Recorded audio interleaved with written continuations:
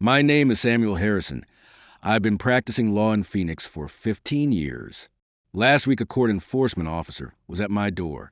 He said I owed $50,000 compensation for a case I'd never seen. I examined the file. There really was such a case in court records. I had supposedly sued Marcus Thompson for a traffic accident and lost. Only problem, I had never filed this lawsuit. I didn't know Marcus Thompson. The accident report was fake, witness statements fabricated. Even court hearing transcript existed. Everything looked proper in the system. What I didn't know at this point was there were hundreds of other lawyers in the same situation, and this was just the beginning. But the criminals hadn't researched my background. That Monday morning, I had started my daily routine at my office on South Central Avenue in Phoenix. I had been working in the same office for 15 years. My diplomas and certificates hung on the walls. The most important certificate stood in the corner, Phoenix Police Department Detective Certificate. Before becoming a lawyer, I had worked as a police detective for 5 years. This background would soon save my life. At 8 in the morning, while drinking my coffee, the phone was ringing at my secretary Janet's desk. Janet hadn't arrived yet. I answered the phone myself. Harrison Law Office, Samuel Harrison speaking. Mr. Harrison, this is William Foster, Maricopa County Enforcement Director. I have an urgent document to serve you. I'm at your office. Could you open the door? I went to the door. A middle-aged man in official uniform was standing there. He had an official envelope in his hand. Samuel Harrison, this belongs to you. I took the envelope. It had Maricopa County Superior Court letterhead. As I read the document inside, my confusion increased. Case number, CV 2023-15847. Marcus Thompson versus Samuel Harrison. Judgment for plaintiff, $50,000, plus court costs and attorney fees.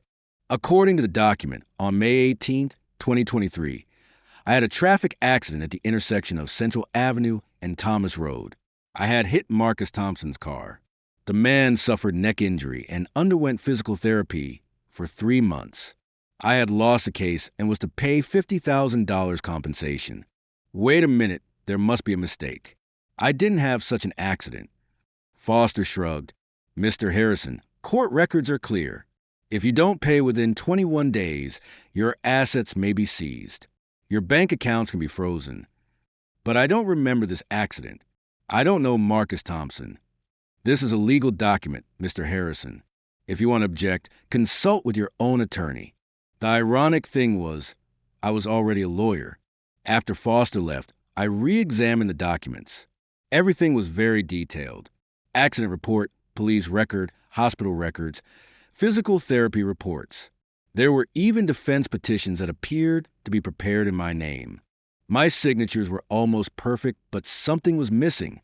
When I sign, I always apply a specific ritual. First, I turn the pen in my right hand.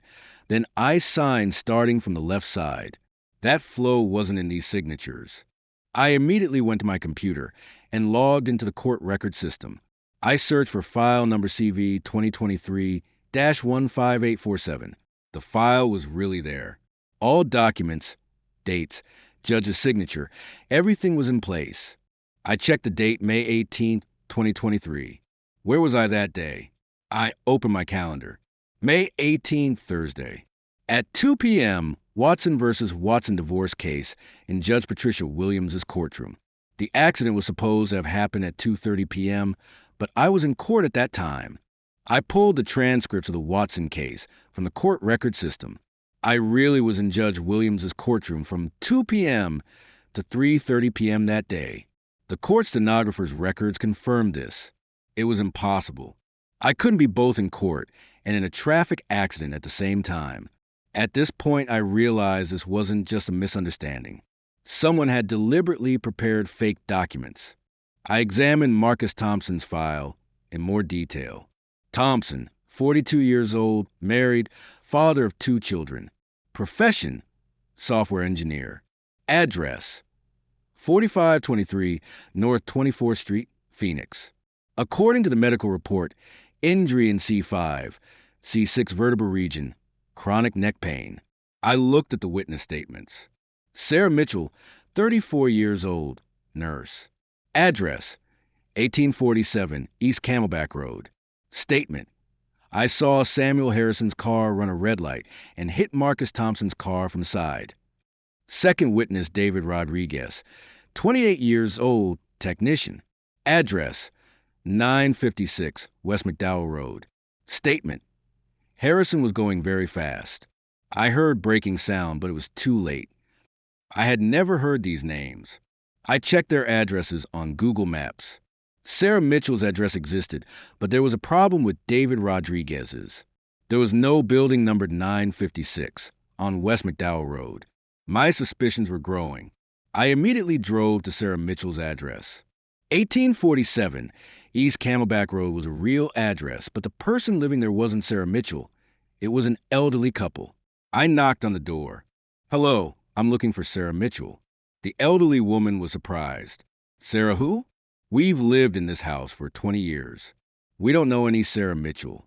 I also went to David Rodriguez's address. 956 West McDowell Road didn't exist. The numbers jumped from 954 to 958. The witnesses were fake. I went to Marcus Thompson's address. 4523 North 24th Street was a real house, but the door looked like it hadn't been knocked for a very long time. I asked a neighbor, "Do you know Marcus Thompson?" "No, nobody lives in that house. It's been empty for 6 months." At this point, I realized the situation was very serious. This wasn't just a legal error. It was organized fraud. The next day, I called the Phoenix Bar Association. I asked if there were other lawyers in similar situations. "Mr. Harrison, interestingly, 5 other lawyers experiencing the same problem as you applied last month. All received compensation payment orders for cases they never filed." "Who are they?" "Attorney Linda Peterson, Attorney Jonathan Wright, Attorney Rebecca Davis, Attorney Christopher Johnson, and Attorney Patricia Wilson." I knew all these lawyers. They were all respectable lawyers who had been working in Phoenix for many years. I called Linda Peterson. Her voice was anxious. "Samuel, this is terrible. I supposedly sued someone named Gary Miller and lost. I'm supposed to pay $65,000, but I never had such a client." I also called Jonathan Wright. He was in a similar situation. "I lost a case I filed against Timothy Adams. $70,000 compensation. But I've never seen Timothy Adams in my life. This was an organized operation, and the target was small law firms in Phoenix." That evening at home, I thought about the situation. I was 40 years old, had been practicing law for 15 years. I had a good reputation. Why would someone target me? Then it occurred to me, maybe the target wasn't me. Maybe the target was all small lawyers in Phoenix. Big firms have the capacity to investigate such situations, but small lawyers generally prefer to pay quickly and move on. I remembered my old police days. I had worked on fraud cases. In such organized crimes, there's always a system. Nothing is random. The next day, I called my colleague and friend Alan Stevens. Alan was also a lawyer, but had done private detective work before practicing law. "Alan, I've encountered a very strange situation. I need your help." I explained the situation to Alan in detail. He was also surprised. "Samuel, this is a very sophisticated operation. Someone has infiltrated the court system and is creating fake records. This isn't just a financial crime. It's a direct attack on the legal system. What do we need to do? First, we need to find the pattern. How are these cases being created? Who's involved? Where's the money going?" With Alan's help, we started systematic investigation. First, we tried to find common points of the fake cases. We compared the files of 5 victim lawyers. The common pattern was all cases were traffic accidents. All plaintiffs were middle-aged men. Accidents always in afternoon between 2 to 4 p.m. Compensation amounts between $50,000 to $75,000. Witnesses always same type. 1 from health sector, 1 technician/worker. All cases filed within last 6 months. Such a detailed pattern couldn't be coincidence. "Alan, this is professional work. Someone planned very carefully." To examine the fake signatures, We went to my old friend, handwriting expert Dr. Patricia Wilson. Patricia was both a lawyer and a document specialist. These signatures were made by a professional forger, but there are several mistakes. First, the same brand pen was used in all signatures. Second, the pressure angle is the same. This shows the same person signed in the same environment. So the documents were prepared in the same place? Definitely. And the person doing this is left-handed. You're all right-handed. This was an important clue. We started investigating the court record system. Who had entered these fake records into the system? Normal procedure was for court clerks to enter this information, but we checked the entry times. The fake records were entered outside normal working hours, between midnight and 6 a.m. Samuel, this is very important. How many people have midnight access to the court system? We investigated. Only 5 categories of personnel had night access: security guards, system administrators, cleaning staff, senior court administrators, emergency personnel. Security guards could access only the physical security system, not the record system. There were only 2 system administrators, and both had been working for many years. Senior administrators were too risky, high chance of getting caught. Emergency personnel were also few and highly controlled. That left the cleaning staff. We investigated Phoenix Court Cleaning Services Company. The company had made personnel changes 3 months ago. One of their former employees, Linda Foster, had suddenly quit. We examined Linda Foster's file. 38 years old, divorced, mother of 1 child, had minor theft and checked fraud convictions in her past. Her financial situation was problematic, but what was interesting was Linda Foster had switched to a luxury lifestyle in the last 3 months. Her credit card spending had increased 5-fold. Alan, we need to put Linda Foster under surveillance. For 2 days, we watched Linda's house. She lived in a small but well-maintained house in North Phoenix. But the shopping bags coming out of her car contained luxury brands, new clothes, expensive electronics. It was impossible to earn this much money from cleaning work. On the 3rd day, we followed Linda. She went directly to a small office building in downtown Phoenix. There was a business services sign at the building entrance. Linda entered the office and came out half an hour later. She had an envelope in her hand. We investigated this business services company. Owner Victor Chun, 45 years old, officially provided consulting services, but the company's background was suspicious. When we investigated Victor Chin's background, a dark picture emerged. Identity fraud, fake document production, organized crime connections. He had been caught in California 3 years ago, but was released due to insufficient evidence. Samuel, I think we found the head of the operation. We put Victor Chen's office under surveillance. For 3 days, we noted who came and went. Most looked like normal customers, but some were very suspicious. On the 4th day, we followed someone leaving the office. He went directly to Maricopa County Courthouse. This person was court personnel. At this point, we realized the situation was huge. Not just Linda Foster, but there were collaborators inside the court too. With Alan's help, we tried to legally obtain Victor Chen's phone records. For this, we needed a search warrant from court. We applied to Judge Robert Martinez. We presented the evidence we had. When Judge Martinez understood the seriousness of the situation, he issued a search warrant. Victor Chen's phone records were shocking. He regularly called Linda Foster. He was also in regular contact with at least 3 court personnel. At this point, it was time to involve the Phoenix Police Department. I called my former colleague, Detective Maria Gonzalez. Maria, I've discovered an organized fraud operation. This is your area of expertise. After Maria listened to the situation, she immediately took action. Samuel, this is huge. They've infiltrated the court system. We may need to inform the FBI too.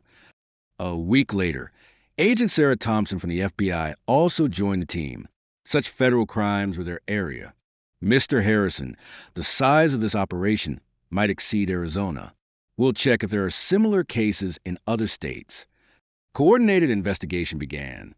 With FBI resources, the real size of the operation began to emerge.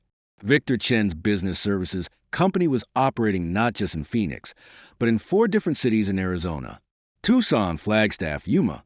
Different names in each city, but same system. The most surprising finding was the target list. Victor Chen's computer had a list of almost all solo practitioner lawyers in Phoenix. Detailed files for each lawyer. Income status, client portfolio, even personal habits. This is very systematic. They researched each lawyer beforehand, said Agent Thompson. My name was also on the list, but my file was incomplete. My detective background hadn't been researched. This was their big mistake. 2 weeks later, the coordinated operation began. Simultaneous raids on Victor Chen's office, Linda Foster's house, and the houses of collaborating court personnel. What we found in Victor Chen's office was shocking. Thousands of fake documents, hundreds of fake identities, professional fake signature equipment, even fake court seals.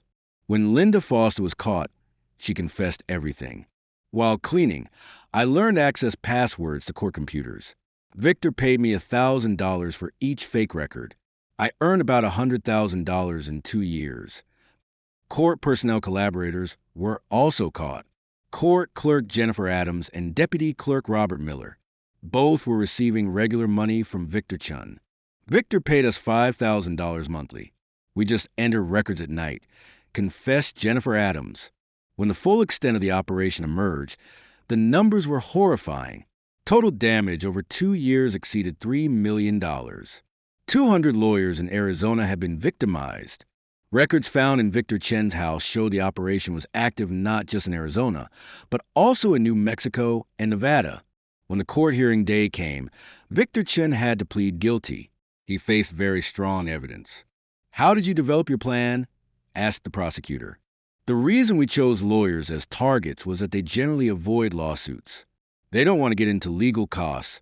They want quick solutions. Big firms investigate, but small lawyers pay and move on. Why did you target Samuel Harrison? That was a mistake. We hadn't fully researched his background. If we knew he was a detective, we wouldn't have targeted him. The jury found Victor Chen guilty on all charges. He received 8 years federal prison sentence. Linda Foster got 3 years. Jennifer Adams and Robert Miller each got 2 years.